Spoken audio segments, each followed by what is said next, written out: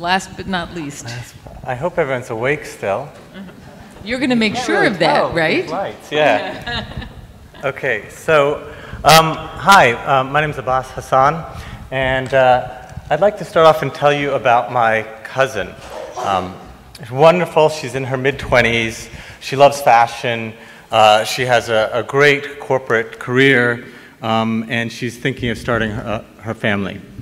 Unfortunately, she won't let me show her picture because she doesn't want anyone to know she has epilepsy. She doesn't know anyone with epilepsy, and she feels very isolated. Oops, gotta go back. So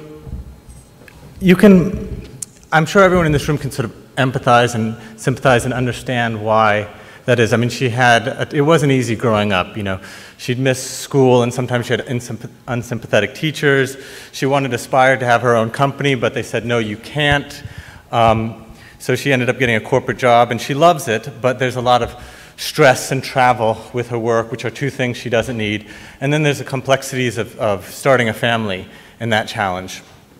And you learn to realize that with epilepsy, it's so many challenges that you have to go after. And each one of those, she had to solve one at a time, and in her case, by herself. And they just keep coming at you throughout your life. And that is hard. And so if we could play the video.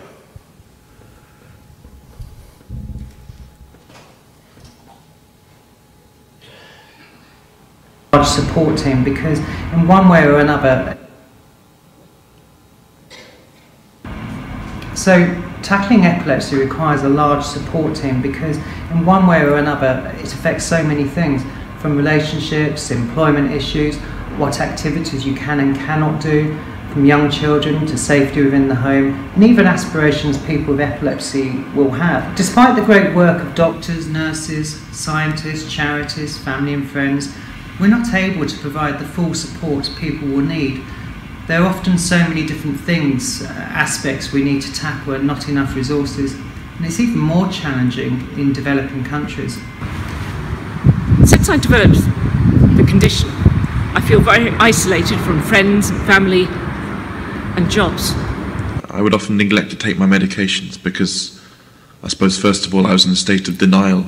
I didn't want to admit that I was different to some other people.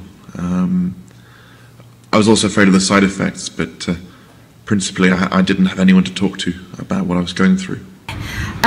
Juggling my life with epilepsy is difficult. It's family, life, friends, work, and just to be able to talk to other people who have managed to do the juggling with all the issues and the side effects of the medication and feeling tired would be great. Now, I'm optimistic about us being able to tackle this, because the people in this room are dedicating your time, your energy, your passion to providing that support that people need outside of the medical support to live lives. We have doctors and nurses who give really one-on-one personalized care. Unfortunately, it's the few times a year you see them. We have great charities and individuals that set up forums or Facebook pages that have almost limitless information, but it's not personalized. And then you have support groups, which are fantastic, but you have to get them. Or if you live in a rural area or a developing country, forget about it, because they don't have them. And so it seems like there's this frustrating trade-off between, you know, is it scalable or is it personalized? And then you're even asking, is it really empathetic? Meaning, do they really understand me and all those journeys and challenges that I have to go through? And the consequences of this really frustrate me. And these approximate numbers, I think, really capture it.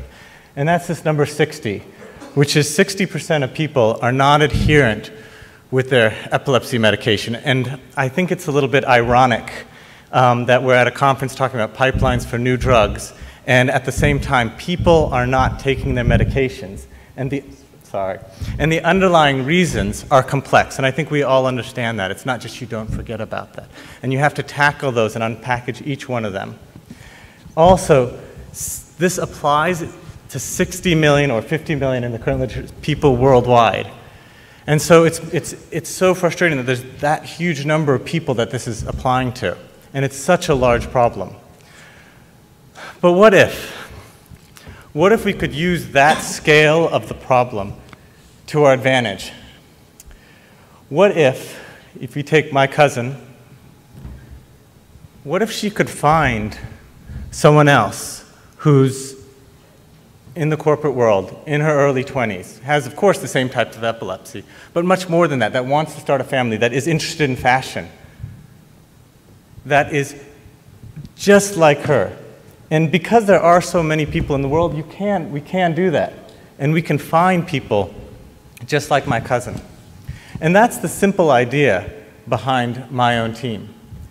It's recognizing that the best support comes from people who really have walked in your shoes.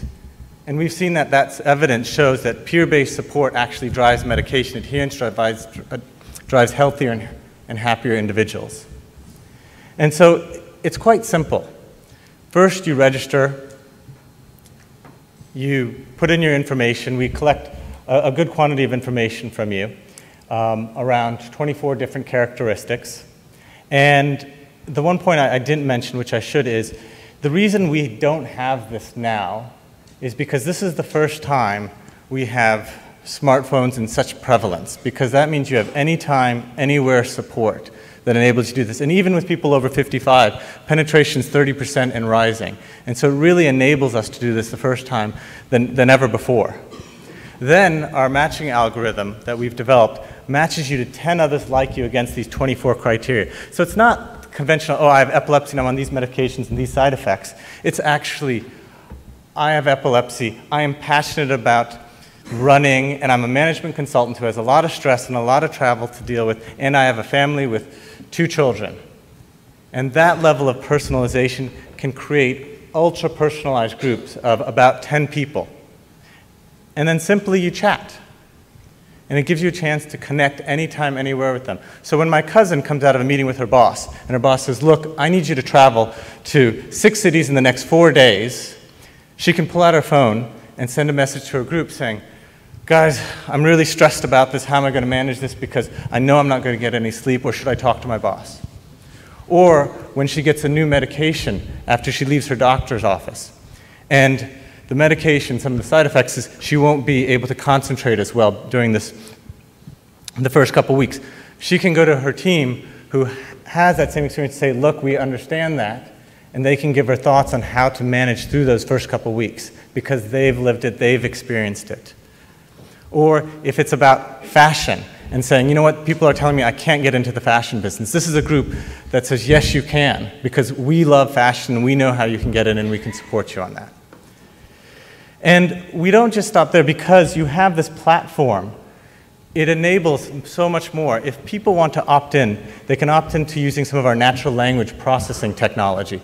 And so that enables ultra-personalized support, tips, and then we'll apply the proven self-management programs into an application like this. And the end goal is for people to live healthier and happier lives.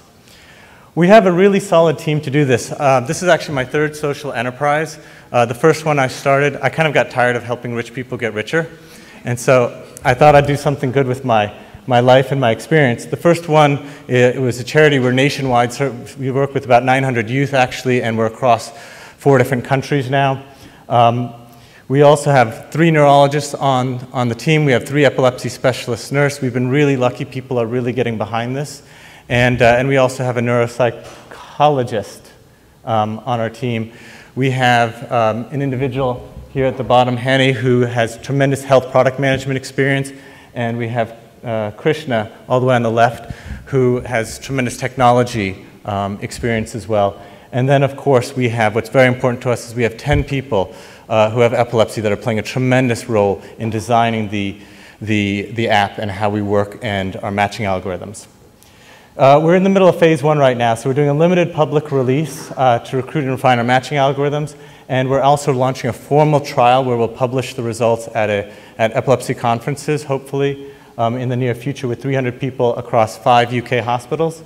And phase 2 is really building a full build-out of the app, integrating the self-management, and then we want to actually run randomized controlled trials for people who opt into the self-management pieces and the videos and the tips to actually show that this improves that 60% frustrating number, and that brings that down.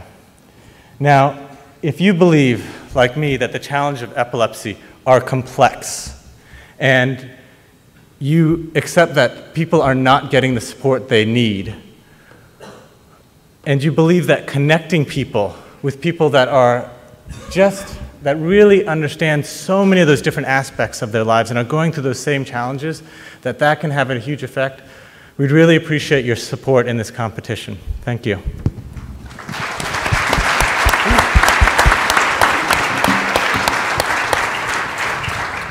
So what's your revenue model?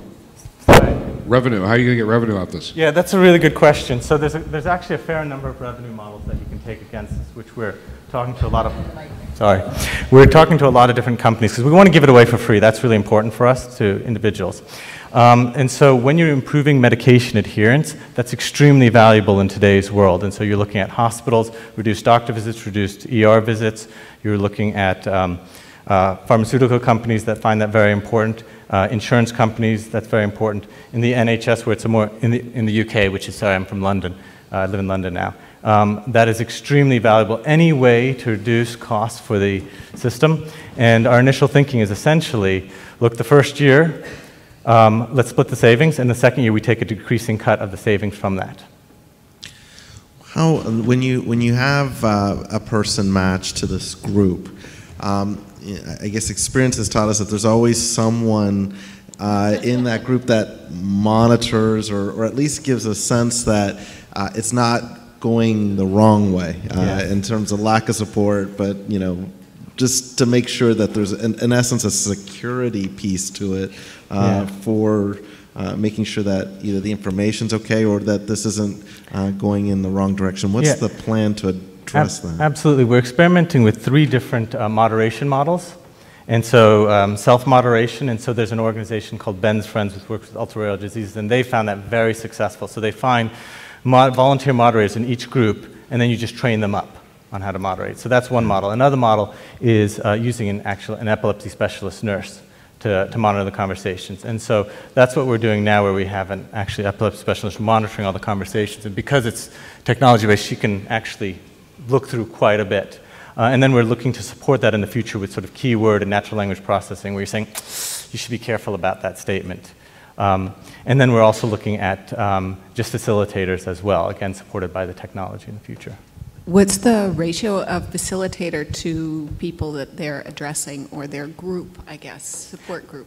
Yeah, so it depends. So we like, in general, the facilitators not to take, that's what we call the moderators, an active role in the group. This is for the individuals to support each other. What we're doing is safeguarding issues or supporting people with guidance as they need. And so like if we use the epilepsy specialist nurse, those would be full-time nurses that are supported this. And so they could watch sort of 50 or 60 groups at a time. 50 or 60 groups, not 50 or 60 people. So they would be monitoring 50 or 60 groups. Yeah, because if you imagine it, what you're doing is you're actually scrolling through text messages. So she won't be looking at, like Adina, one of our volunteers that are working with it, she won't be looking at it 24/7. And so she'll be checking it throughout the day, unless she gets an alert from the technology that says, hey, you should check what people are talking. Someone saying, hey, don't take that medication, it's terrible. Right? Those are the kind of conversations that you cannot have because they're not medical experts. And so part of the rules is it's no medical conversations, right? Nothing clinical. And so it's about how to live your life, how to be more supportive of each other. Is there a functional version of the app right now? Is that what you're using? No, actually what we're doing is through these trials, we're just leveraging existing technology because the basic chat messaging feature, it's not rocket science, frankly, right? So we're leveraging WhatsApp, and then we're running it through a Visual Basic matching program that we're using to assign to the groups. And then what'll be different about the new app? To be honest, it doesn't need to be dramatically different because the core of it is just a simple chat. And then we'll layer on the ability to make it anonymous, which is very important. We'll layer on the ability to insert self-management videos and to do the natural language processing. And the connectivity among people, I guess. The connectivity among people with the matching algorithm is I guess the core of it, would you say? Special sauce. Yes, yeah, it's the special sauce, exactly. Because until sort of today, there's lots of forums and places you can go to meet people with epilepsy on the internet. But if you look at how you fill the app, and then once you start laying on the natural language processing, the video tips, it gets more expensive. So the basement's 50,000. What we're looking for from this group, privacy about the going to pay for the monitors. We think there's a tremendous amount of value in our revenue model of reducing, improving medication adherence. And we've also talked to a lot of hospitals that want to talk about engaging their patients more. And so just the simple social support is very valuable to them, and so that revenue will pay for all the costs we have, including the nurses. And the first question? HIPAA. The matching algorithm, I think, is tremendously different than anything out there. I just haven't seen that, is the biggest thing that we do. One last question from Patty. Okay, so first I'd challenge you on the 60%, non-adherence, because that doesn't fly with all the more recent data that we've seen in the U.S. And then I would just encourage you, as one who does a lot of moderating of the chat rooms, that process really needs to be thought out really careful. But it's great ideas. Good, thank you. Okay, so thank you very much.